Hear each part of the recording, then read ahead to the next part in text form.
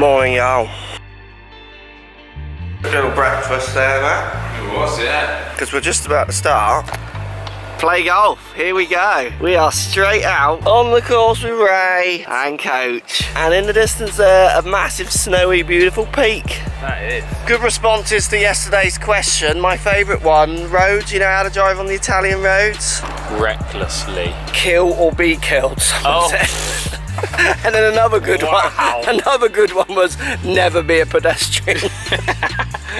So the course today is looking fantastic, and today's daily vlog is going to be about my 5 top tips for people getting started in golf. So if you're a beginner golfer or you know a new golfer, share this with them. These are going to be my 5 top tips for what you should be thinking about doing if you want to start golf. And based on that, today's question: who or what got you started in golf? So for me, it was my dad and my mum, but predominantly my dad, who played, bought me clubs, gave me the opportunities. Post comments down below.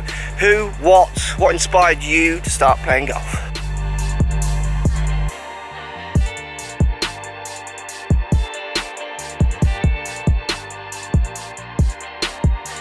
First tip for all you new golfers, and I do this a lot with students. I don't know what you think about this, Matt. For me, hold. People get so unstuck with their hold from the beginning. Yeah. And then you see such reoccurring patterns in movement when the hold is in certain ways. Most common way I see with beginners is this one. Yeah. So up through the middle of the palm. And then we see these kind of actions going on from that hold. So for any new golfer, I want them to understand their hold. So it's about getting their hold in certain positions, but it's also understanding how it impacts their whole movement. So what I mean by that, if I get a new golfer who's got power and is strong and they use their cricket hold a little bit and they can hit really good shots with it, I'll work with that hold as well as educating them how maybe if we move the hold, they can then control the loft on all clubs, because often those kind of grips might take a lot of loft off the club. So it's about giving them all the options and then working out what is the best way to go forwards. Just going to range, hitting a few balls, not really thinking about the way you're holding the club and how it influences twists, angles. As a coach, I've seen it so much,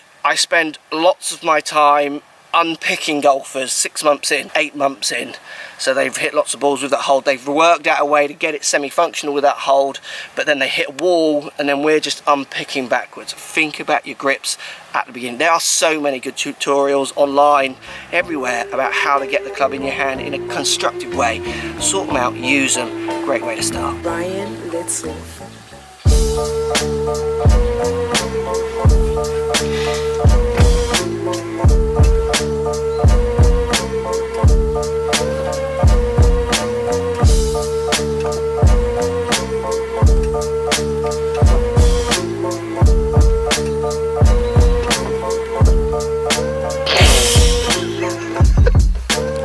Golf in Italy, look at the views.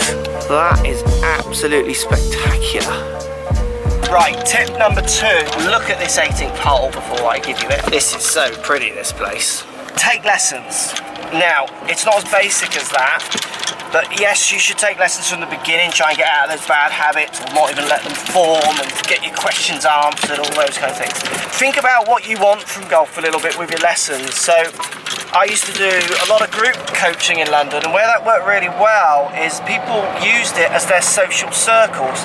So they got their sport, they got their exercise, they made friends, they had people to play with, because the hardest thing to do when you start is have the right people to play with. You've got like-minded learners to kind of go on that journey with.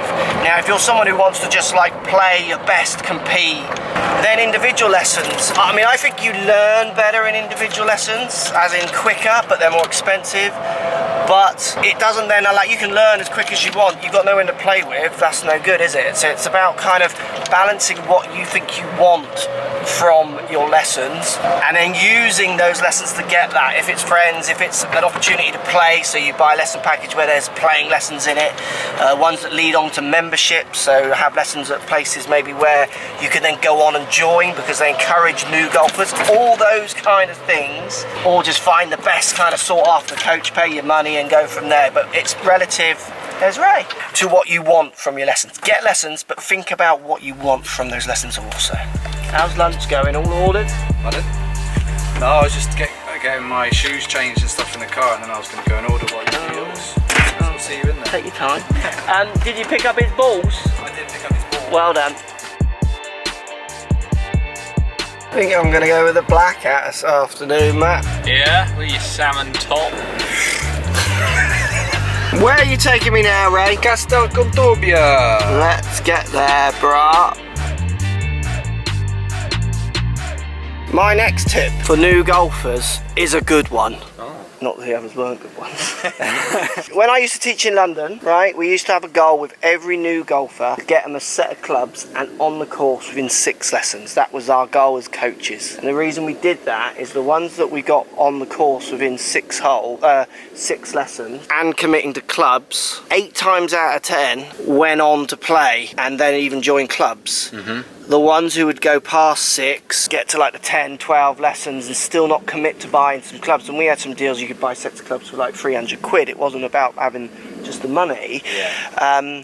They would just totally drift. So what buying the clubs did is it really showed commitment and made them commit, because they're spending so much money on a set that they're like committing themselves for a period of time of doing it, and they kind of got into the rhythm and really committed through. But I guess also getting them on the course taught them other fun aspects of the game other than just on a range beating balls. 100%. So they're applying their skills to real life situations. 100%. Getting the scoring thing. Yeah. Yeah. And it got them out wanting to use these clubs they bought. It got them, and it also took them to a place which was welcoming and where they could feel like they could go on them by themselves after they'd been with our group. Yeah. So my third tip is, if you want to play and you've had a few lessons, commit to some clubs. It doesn't matter if you go on eBay, just 100 quid, 50 quid, whatever you buy them for. Get some clubs that are yours that you can just play at a given time. Say that again. Even if it's half set. Absolutely. I remember I started with drive, a 5-iron, 8-iron, wedge, putter. And it shows that serious intent to do this long term. So getting a set of clubs and committing is a great way for pushing you forwards. Yep. That is a top tip. Good tip, bro. Good tip. Yeah.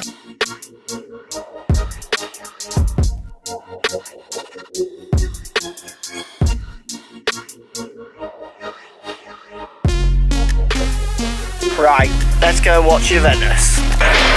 Hello, Juventus. Good seats, man.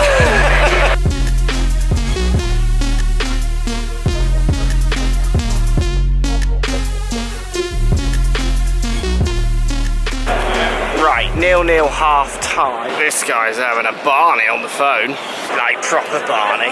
Next tip, I want you to be really dynamic with your practice and with your learning. Beginners like to get bogged down in things that don't really help them sometimes. So they kind of get a bit bogged down in like getting perfect grip rather than functional, perfect setup, always my ball position right, those kind of things. Now there are rights and wrongs to a certain extent, but they're player specific and they're influenced by so many other factors. What I try to instill in my students, certainly in Fanula as well, who's a beginner golfer in my family, is that she needs to learn. She needs to learn how to hit it higher and lower and move the ball around and from different slopes and be dynamic in her learning. That is a massive key for beginners moving forward really quickly and improving their skills when they get out on the course. Don't become a range junkie, because all that happens is they get on the course and they simply can't take any of that learning to the course, and then golf becomes less fun. They can't hit it off surface side slopes, can't hit it out of the rough, they can't get the ball to stop, they've not practiced all those really dynamic skills. Dynamic learning. Practice what you're taught in your lessons, and then play some funk, practice some funk. Second half, come on, Juve.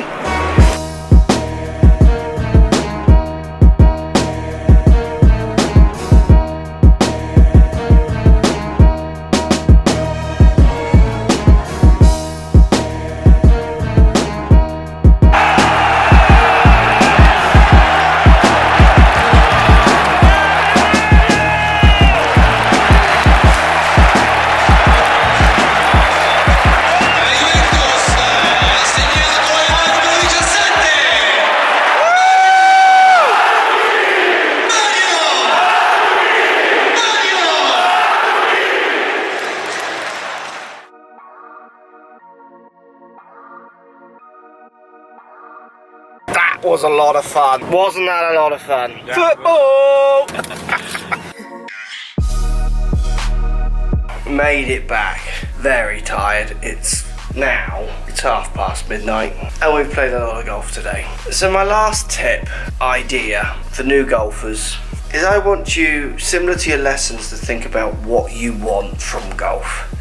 So if it's competition, it's to improve, like I was saying with the lessons, to choose your kind of group or individual coaching that way. You need to then try and think about the people you try to mingle with and be with within the game who also want that. You need to sort those people out so you've got competitive partners to play with. I think about it with my tennis. You know, I'm not playing tennis with people who want to play tennis and then go for drinks. That's not because I just want to play tennis and like not compete, but kind of try and get better. So I try and find like-minded players. If you're someone who wants to play every time on a Tuesday morning at a specific time, then you find that person who you can play with, who you get on with and have a chat with and share common interests. Because I think golfers often forget that it's not just about getting better at golf or having the perfect shaft in your driver and the perfect loft, which it can be for some, but for some it's just a case of walking around and having fun with your friends. So find out and think about what you want from your golf, social, competition, mixture of both or not, and really try your hardest to mix with those people, play with those people, spend your time with those people. That's what's going to keep you in the game, keep you enjoying it, keep you wanting to go back.